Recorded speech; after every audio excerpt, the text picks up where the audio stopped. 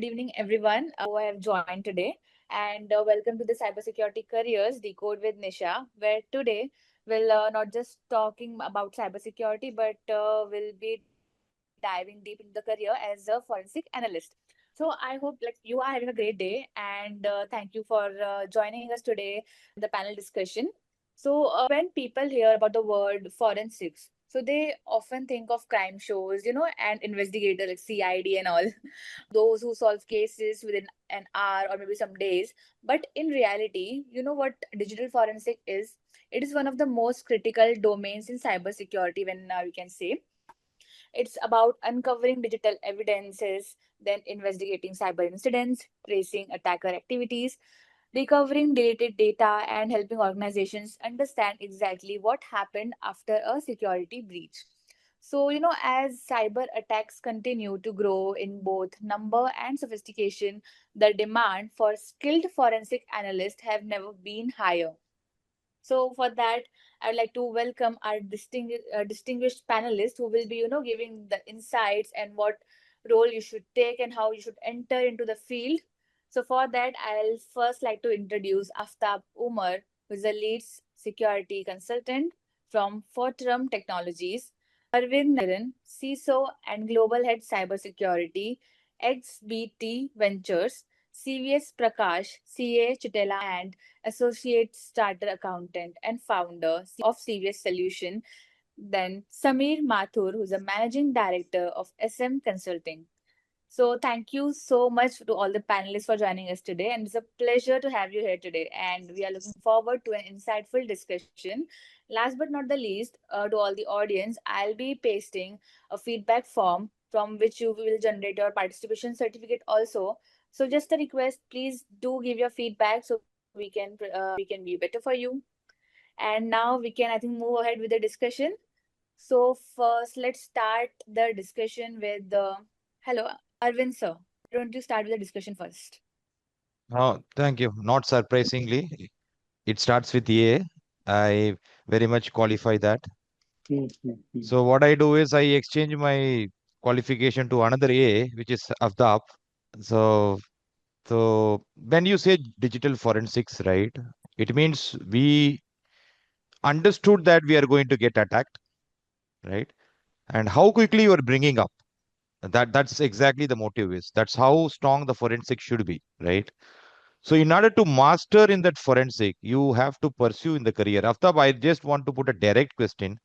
We are all from cybersecurity. Let's start a vulnerable question at first. What do you think, like the common mistakes the beginners do make when they really opt out to learn when they really opt out to learn digital forensics? Aftab. That's a good question, sir. And thank you for asking. In my opinion, I think the biggest mistake beginners make is thinking digital forensics is only about tools. Tools are important, of course, but tools do not replace thinking. A beginner may open, let's say, tools such as Autopsy or FTK Imager and start clicking around.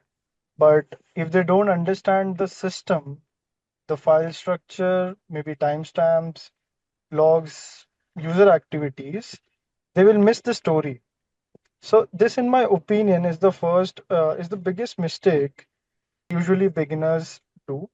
The second mistake is poor documentation. In forensics, what you found matters, but most importantly, it's how you find it and how you are keeping the trail of it. So, Mhm. what I feel is you should be able to explain the steps clearly, what was collected, how it was preserved, what changed during the investigation, what did not change, and what evidence supports the conclusion. So, my advice to beginners is simple. When I started the first investigation, I didn't start with understanding all the tools present. Learn the tools, but also learn operating systems, networks, logs, timelines, and most importantly, report writing. That is where the skill really starts. Okay, very well said. You mean to say do a forensic within yourself first. That's right, sir. That's, I mean, I'm just putting in a nutshell, the detailed answer. I'm just putting in a nutshell so that you do the forensic first internally, whether it's tool, whether it's accelerator, whatever it comes into the picture. You put yourself in the right shoes, put a right mindset where you have proper analysis towards your own thinking and then go about it. Is my understanding correct? Perfectly said, sir. Okay, so the point is when I'm summarizing it, it's how many, I mean, next generation people are also there in the forum. So I think a nutshell of what you detailedly, beautifully elaborated, I think this might have a very good intake for them. Yeah, thank you, thank you. So, sir, I think Mm. then this is the second A, and I think now it's my turn to ask you the question. If No, then you should go for a B. Since there is no B, you're coming back to A. sir, Yeah, a question. go ahead, shoot it, shoot it. Yeah. How important in future for forensic investigators establish accountability, how they preserve AI generated evidence and Mm, differentiate between human actions and AI driven activities? mm, Because in today's day and age, AI is there almost everywhere. And in mm. forensics, when we talk about AI, what do you think about the importance in future for forensic investigators, sir? Okay, right question. You know what? I am from Chennai, where AI is already there in my city name. And I need to Great answer, to I know, sir. need to answer this question. Anybody from Mumbai can join me because Mumbai also AI. Yes, sir, I'm from Mumbai. That's good. That's a see, right question to the right person. Yeah, in a lighter note. But in a stronger note, yes. See, forensics is the word or it's an aspect of what we do is based on the evidence, right? Forensics is you come to an judgment, you arrive at solution by seeing the sequence or array of evidence you capture. Say 20 years before, no, not even 20 years before, if a decade before, right? In the digital era, evidence never lies, right? Even it's there in constitutional and whatever you call it. But in the AI era, evidence can be generated, can be fabricated, can be modified, can be cloned, or can be manipulated within no time. So the biggest challenge, especially when AI is creeping up like like bubble over the south north pole, right? It is the biggest challenge for tomorrow's forensic investigator is no longer finding evidence, but you should evidently prove the captured evidence is the proper evidence. It is not fabricated. It's proving who, what, and when it has been created. It. That's exactly the forensic investigator is going to look for. So 10 years before, like in digital world, you when you do a forensic, what you will do generally, you see who logged in, which IP address, which network they have logged in, what is the file has been modified or corrupted or deleted, which device the access the server, and all these things, right? And today I'm telling me, I may be cruel with my years, number of years. 2 years from now, I'm telling you, the investigator, that is whoever is going to pursue forensic investigator as a career, they have to see, is this email written by a human or AI? Is this the malware written by a cyber criminal or generated using a Gen AI? Did an employer really approve your financial transaction or it's a AI did it? Was the CIO's, you know, face or voice is there or it's fabricated? Was this whatever product and software you developed? It is developed by AI coding, botting assistant, LLM assistants of AI, or is the real software developed by the authentic engineers? Right? When I put all these things, you would have recently heard the deep fake CAO fraud, right? If Lalit is there, he would have vouched for it. The financial manager receives a call and the CEO says release 25 crores or I mean, I don't know, 20 crores or 25 crores immediately. This on the video call, okay, Teams call, the face, body language, everything, the tone, diction, vocabularies, everything is up to the mark. And the money got transferred. And the CEO next day says, I never made this call. Have you ever heard this about anybody? I mean, apart from the panelist, anybody? Have you ever heard this? This is very famous. Deepfake video. So right now, this is the real scene. It's going to happen very frequently. AI has become another actor for you. Traditionally, an attack happens, whether it's from insider, whether it's from the external actor, hacker or breacher, or any third-party vendor, third party. But now the fourth biggest volume of actor or biggest volume of threat, which is coming from the autonomous AI agents. That agent can send emails, talk like Arvind, talk like, write emails like Arvind, right? This AI agent can write a code. This AI agent can get into financial approvals. This AI agent can interact with your customer and say whatever you want to say as per its talk. It's like Arvind. And who is accountable? Is this the employee? Is this the developer? Is this the organization? Or is this the AI vendor? Or is the forensic investigator who's having this? This is why the accountability on the forensic becomes the foundation of digital trust. And that's exactly the curriculum also going.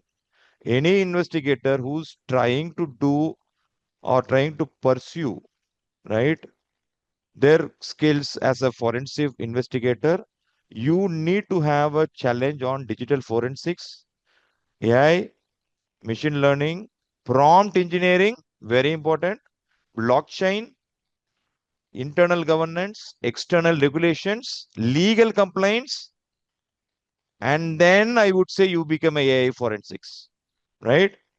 So I just want to close with this one line. The courtroom of the future will not simply ask who committed the crime. It will ask, was it a human? What is an AI? Or it's a human directing AI? Or it's a bot agent is been configured through AI? The investigators who can answer these questions with evidence, not assumptions, will define the future of cyber investigators and cyber, no, whatever, analyst, forensic analyst. That's my closing statement on this particular point. I hope I covered it. Very well said, sir. And the one thing which I'll be taking home with this particular answer which you have given is the accountability part, which will matter more in the AI era. That if an AI is, doing everything, if an AI agent, if an AI system is carrying out everything, it's gonna be much more difficult covering the accountability part. And that's very well said, sir. Thank you so much. I appreciate it. Thank you. Thank you. So thank for the beautiful question, which is the need of the hour for anybody who is taking forensic investigation seriously as their career. Yeah. I must say, amazing insights were shared by you, Arvind sir. That was really helpful for all of us here. And next up, shall we move forward with Samir sir? Can we have you? Can we have a question? Wait. I was on mute. I was on mute. Hi, everybody. I'm Delhi based. My question is to Mr. Prakash. Mr. Prakash, how will you apply forensic accounting investigation standards? And since this is a career oriented, and I am assuming that there are freshers here, freshers in the field of cybersecurity, in the field of forensic, maybe not in cybersecurity. So once you answer this, also include the meaning of FIAS standards, Yeah, please. very nice question, sir. Just to give you a background about the FAIS, like, okay, normal forensics or the criminal forensics, either financial forensics or criminal forensics happens in the four pillars of execution. The execution, investigation life cycle and the red flag diagnostic is done on the theoretical foundation, understanding the psychological mechanics of the fraudster, like, okay, who has done the fraud, the forensic part of it. Then there is a regulatory standard. ICAI, Indian Institute of Chartered Accountants of India, has come up with this standard, the Forensic Accounting Investigation Standard for Accounting Frauds, in way back in July 1st, 23. So taking into account about the deep fakes and like other kind of like things that is coming into consideration. So it is like a visionary, and this is the first accounting body in the world. Like we are the largest accounting body. We are celebrating this year 75th, 77th year of like, okay, our establishment. And this came in. We are celebrating this year, and last year in the 75th year century, like they have come up with the FIA standards, and I will walk through about what the standards talks about. And there is a technological vanguard, like advanced anomaly detection, and the AI systems also is a part of this part. And the legal environment, the Indian statutory framework. Just a minute. And that part of it, like, okay, is need to be looked at. So about the FIS, like what I need to tell you is like it has like the various steps of the pillars, series 100, series 200, series 300. Like I'll do that. Here they have 100 series about the planning and the risk. That means fraud assessment they will do.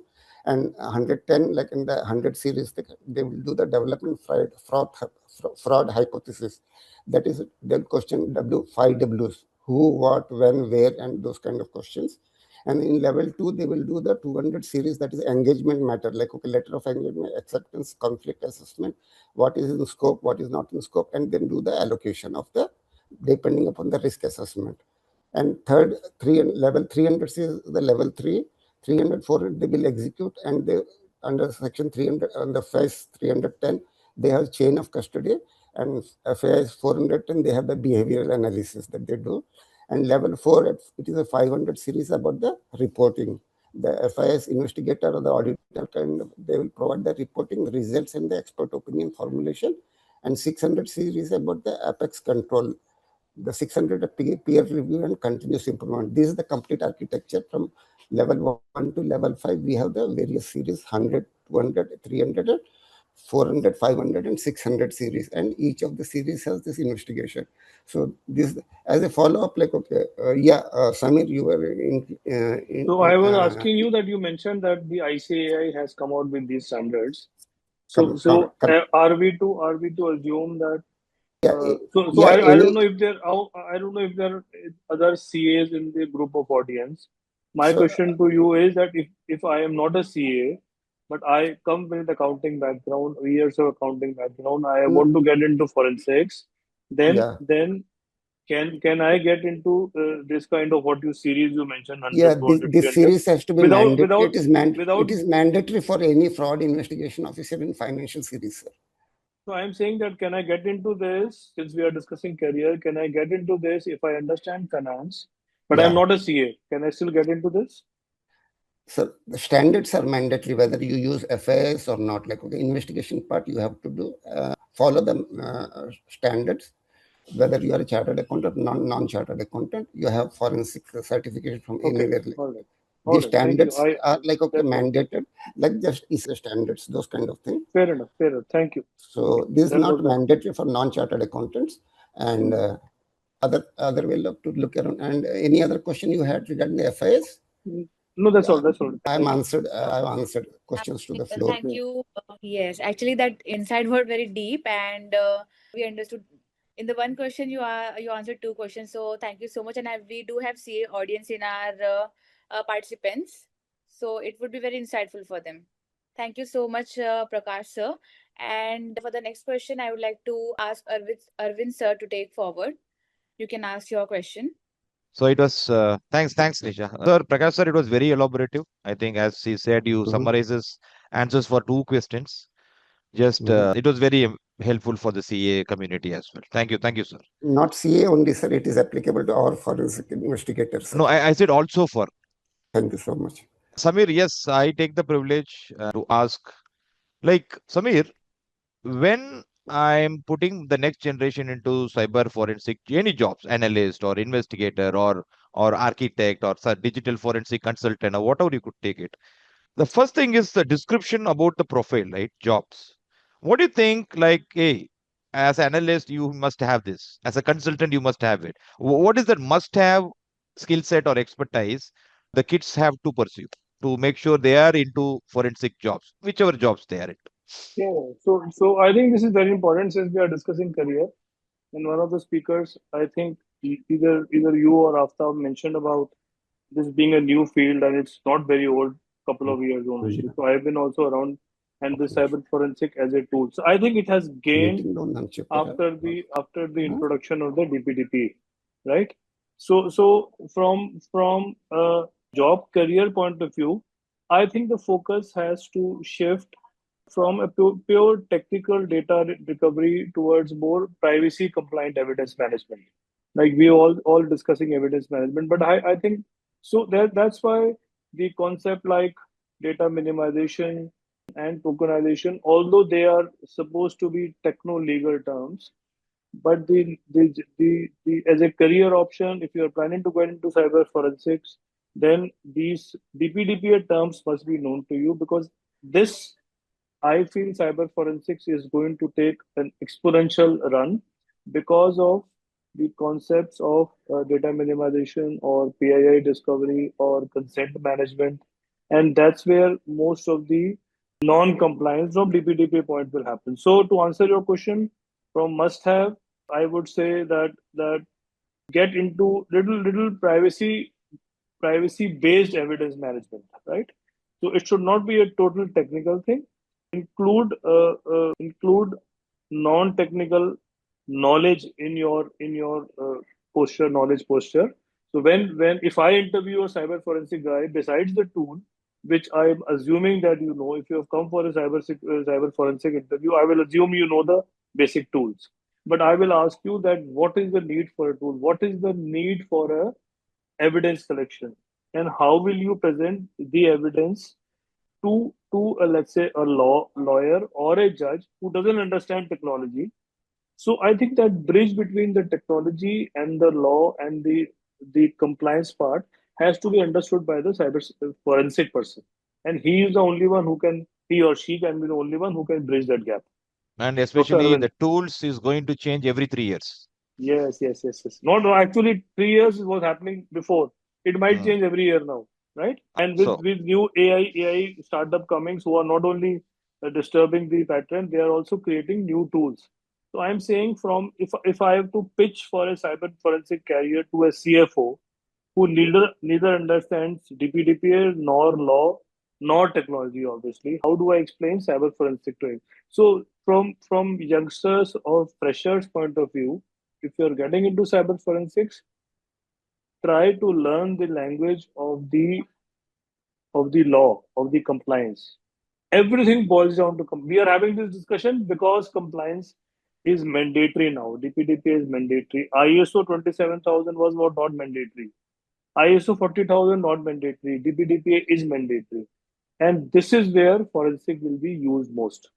lovely, sir. Nothing more than like it. It's well explained. I think people watching, I think they can foresee to the points you have given, and they can start implementing that when they are educating themselves in forensic. Well said, sir. Well narrated. Thank you.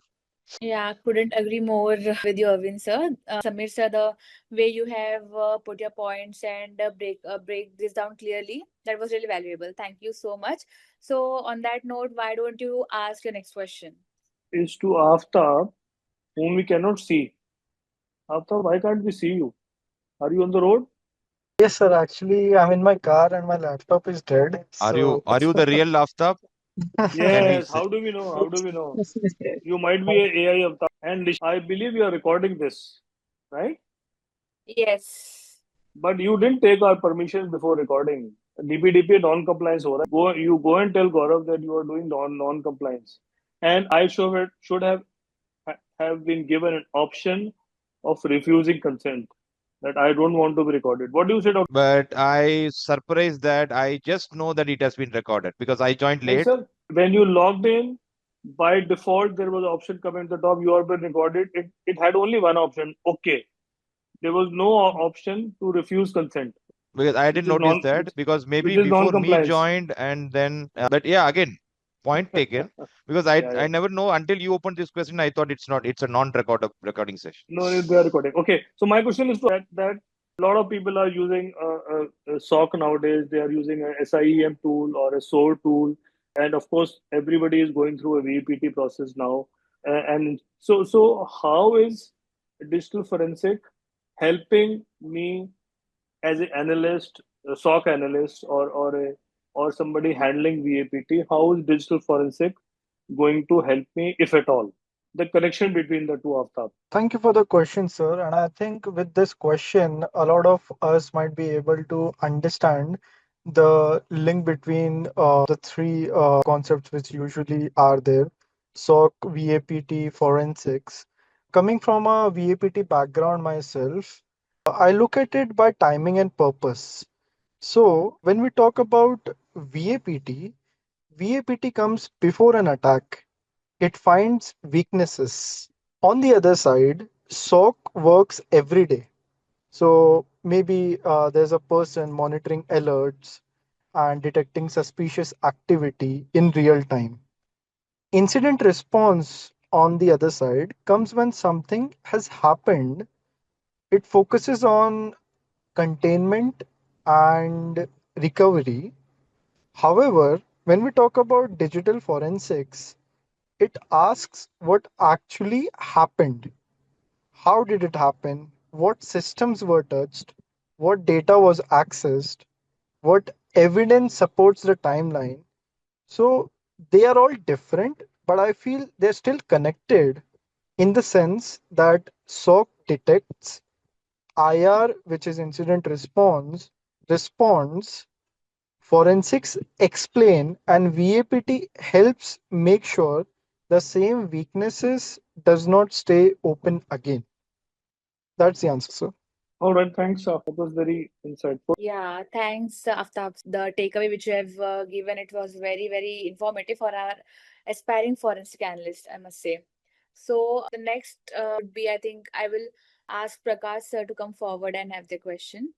You can present your question, sir. You are on mute, sir. Before coming to my question, I have the previous answer given by Aftab sir regarding these incidents in the SOC, like VAPT and like SEAM, whatever the incidents that happen. You see, these audit trails logs that are there, they should be immutable, like they should not be tampered with. If the logs are immutable and like it's not tampered, the logs, like, okay, think we can like do with FTK manager or anything, we can record the evidences. Like as a forensic point of view, we can use FTK manager or any other tools and we can extract the entire thing with the hashing or like whatever the technology is available. So that is another point that I want to add. Audit trails and the logs will be there and that will be served as an evidence. But only one thing that when evidence is collected, that it should be collected with the independent third person's presence. So that is one thing. So next question I have for Mr. Samir Mathur. Sorry, yeah, Arvind Gyan. So I think this question, how students should get into the forensic research and analysis, evolved technologies. I think Arvind sir has taken this question to Samir sir, I believe. So if you want to ask It has answer, not been. It has not been taken. Let Dr. Arvind answer it. Have you taken it, Mhm. Dr. Arvind? No. I think Samir sir has explained. I think I don't know. Like, No, Let him also. actually, Let him also explain. Let him also No, yeah, no, explain. yeah, no. It is. It's like I asked what is the basic description, what the okay, skill okay, set it has. okay. But Now, even though I have a skill set with the mhm. evolving technology, how I groom myself. Okay, okay. So this is a question for you, sir. How Yes, students should get into forensic research and analysis, evolved yes, technologies. yes. So yeah.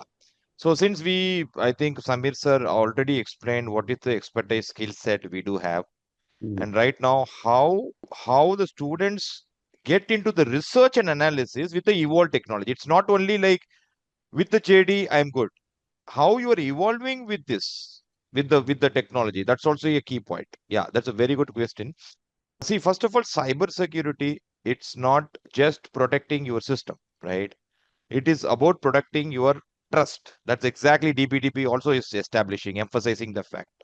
It's about protecting the trust.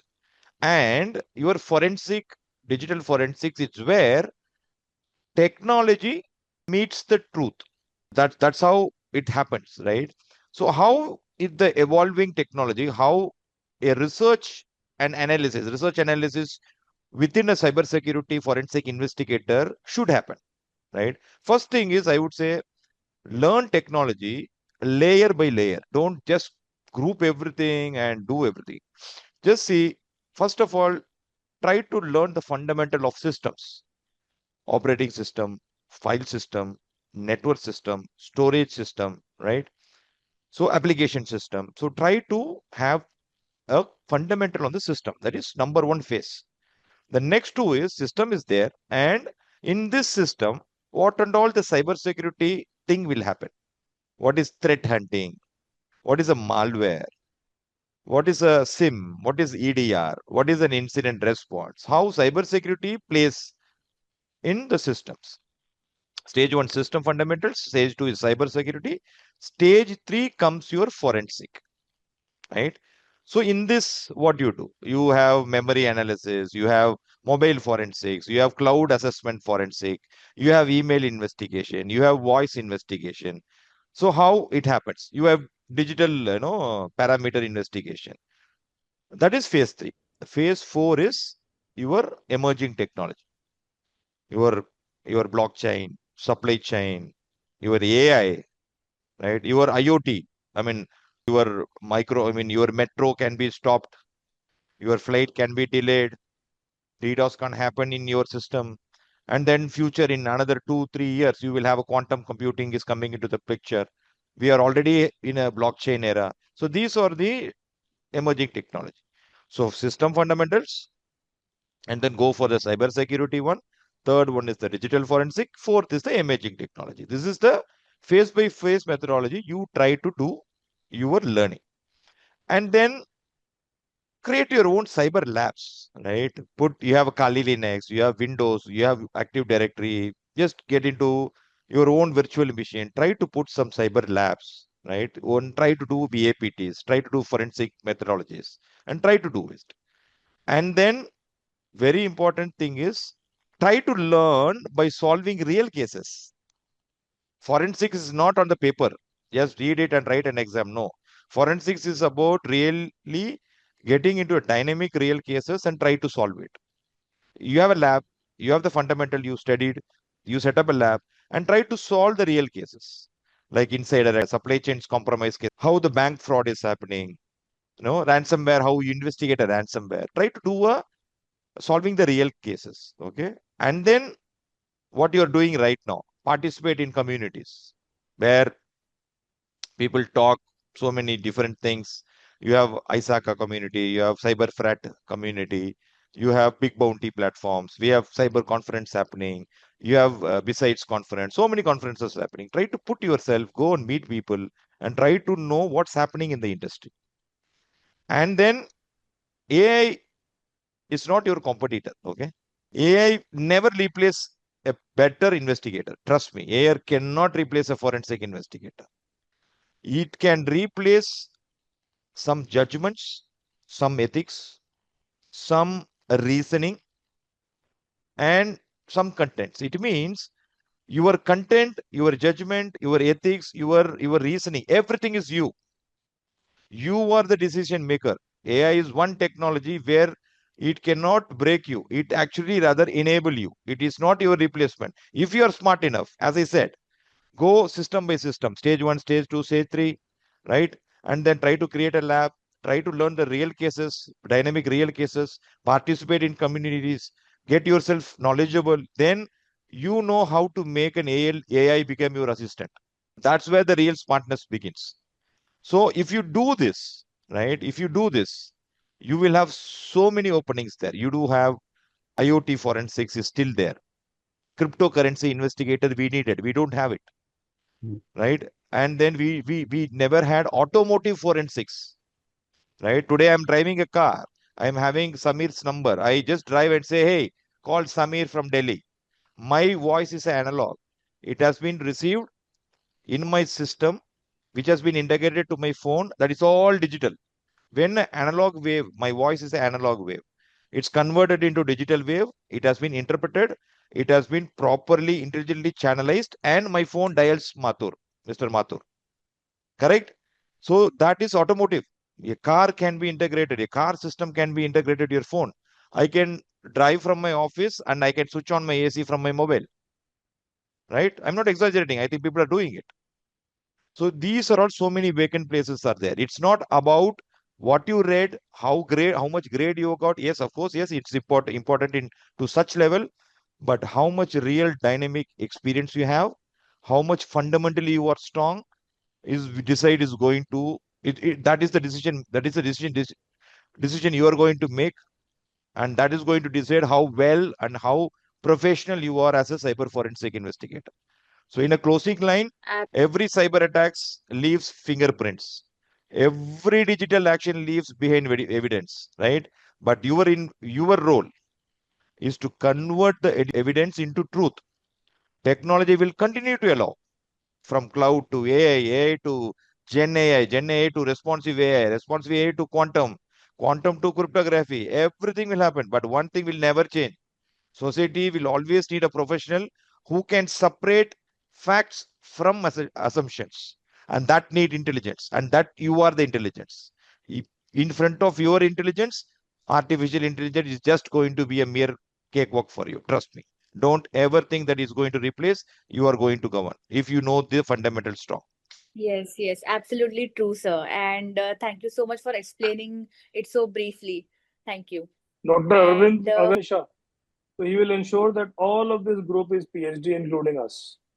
He wants us to. He wants us to learn from operating system to app to IoT to exactly. AI. itna AI. also. All So yes. absolutely. I agree with you, sir. Also हमारे पास time भी कम है तो just थोड़ा सा elaboration कर ये कम रहते हैं. So Sameer sir, I would like to take over the next question. I would like you to take over the next question, please. Okay, so my next question is to Mr. Prakash. That what are the tools you like idea before law to detect accounting frauds?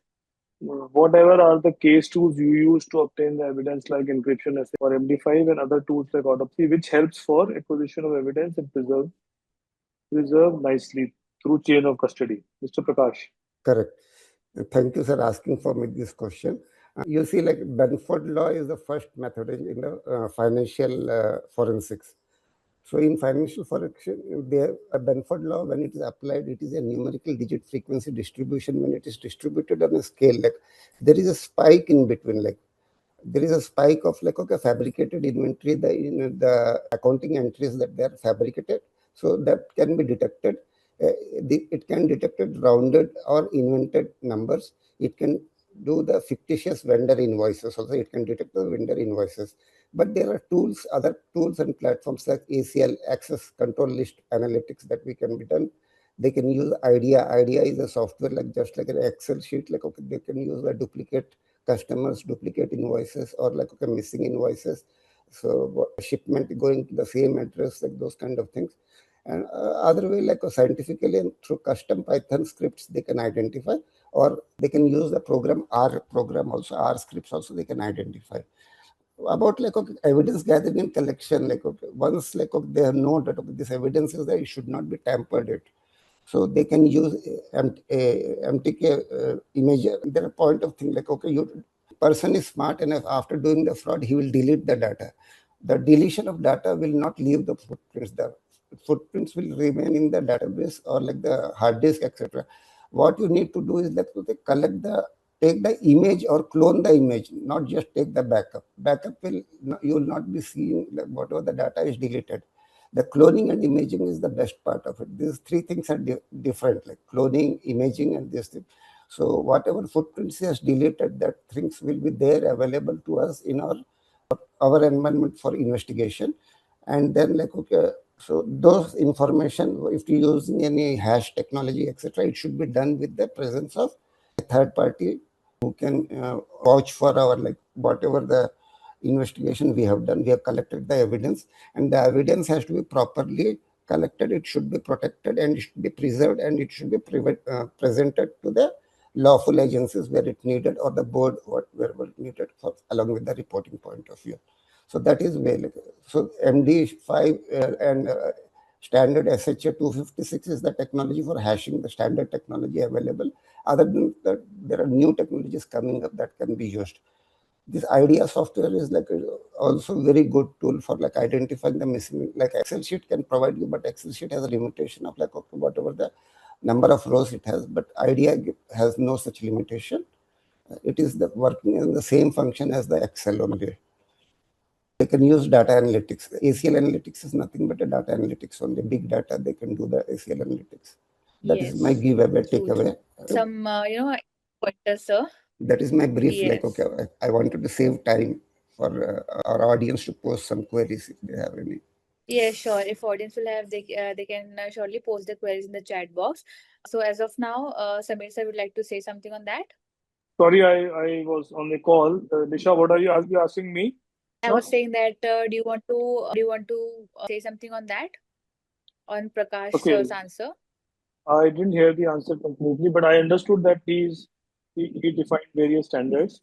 So I will go back to the point where I want you to emphasize from a career point of view that that we were discussing about must-haves.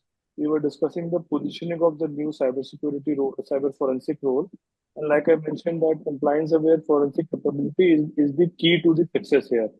Also, if any of the audience is planning a career towards cyber forensic, like I mentioned previously, knowledge of DPDPA, which is mandatory.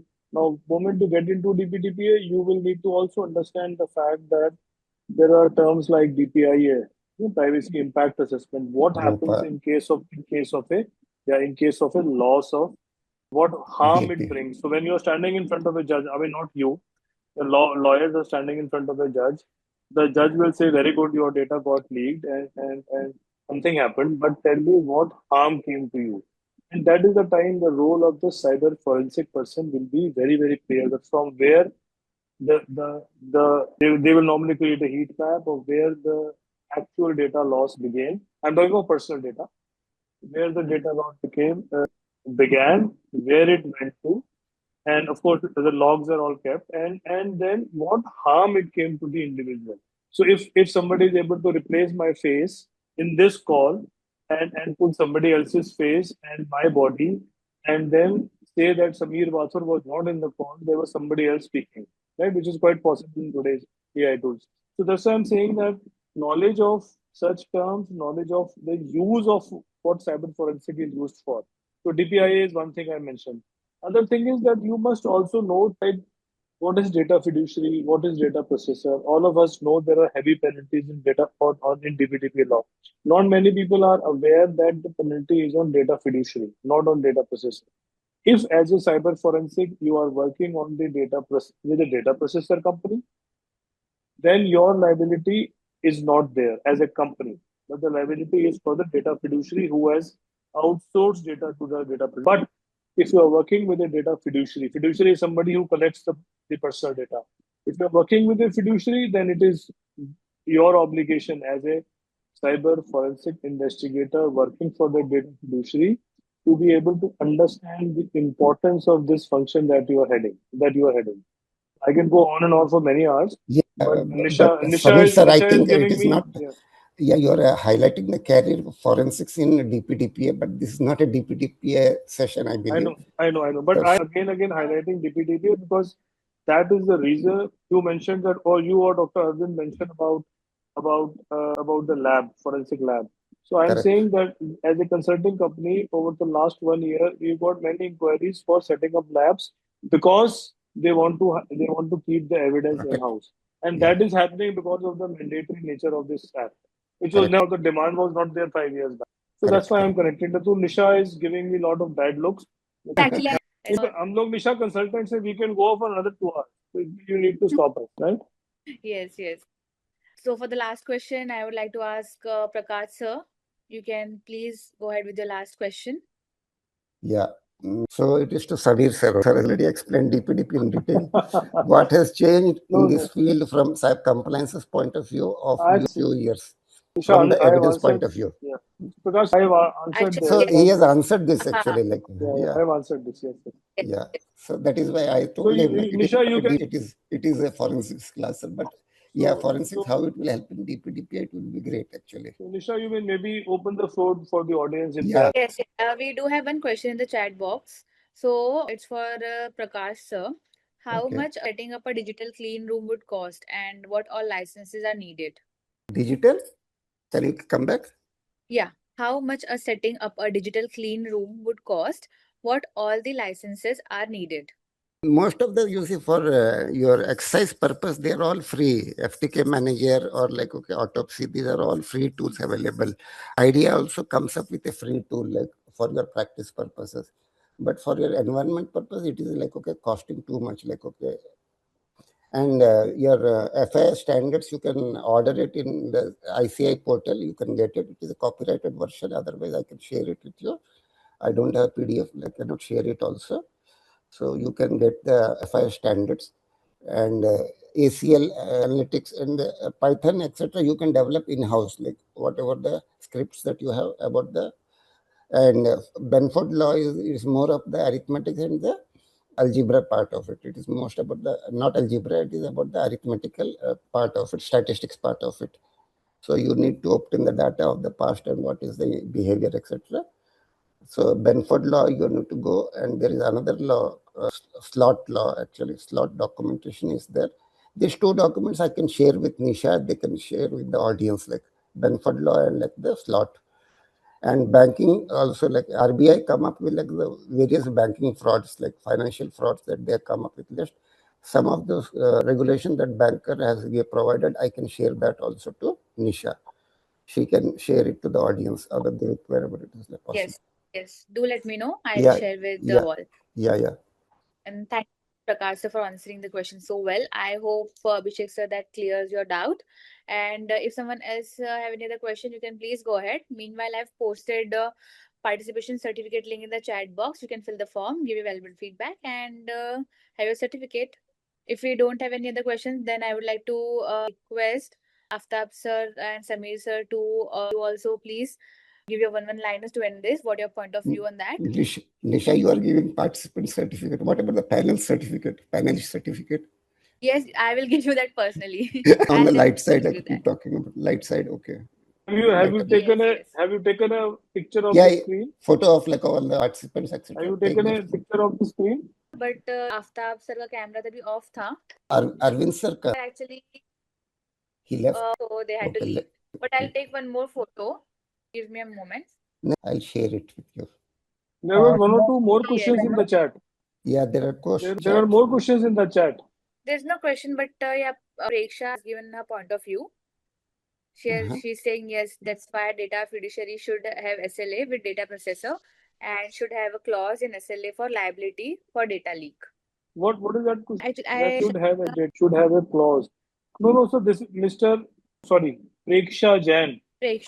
This will not work. This is a longer. This will not work. So data fiduciary putting the onus on data processor through an SLA will not work. So this is a longer discussion. You can connect with us later. You can take our contact from Nisha. This will not work. It's not happening. So data fiduciary is not. So your data processors are your Amazon, your Microsoft. These guys, you are sharing your personal data with their data processor. Your HR fellow, the person who is running your HR MS platform or your CRM company, maybe a Salesforce kind of, or your third party vendor like your housekeeping, your contract. None of them are willing to change and let the data fiduciary put the onus on data processors, right? So this is not actually happening. But anyway, I this is a longer. But I think thanks are in order for so many people joining us, and thanks to Cybersec and Nisha and all the panelists for joining. Thank you very much. So let's Thank you all of you too. And I Yes, thank for all the joining audience and eagerly now. here. thank you. Feedback form, it seems, Thank is you. not Thank you so available. much, Like, can you panelists. give them the feedback form? Someone has Yes, I issued. have already shared. I'll share it once again. Everyone, please fill the feedback form. Oh yeah. It would be really great for us. So you post that feedback form in the channel also, the Cyberport Grill channel. So someone he has like posted here. Yes. Okay, sir. So thank you so much to our lovely audience to be for being here today on the weekday and hearing to all our panelists, and of course CVS sir, Prakash sir, Aftab sir for being here today and giving such wonderful insight on this crucial topic, which is really booming right now. And yeah, so see you all in the next session, the next panel discussion. I hope you all will join that too and have your amazing insights. Thank you so much. Have a great evening ahead. Bye bye.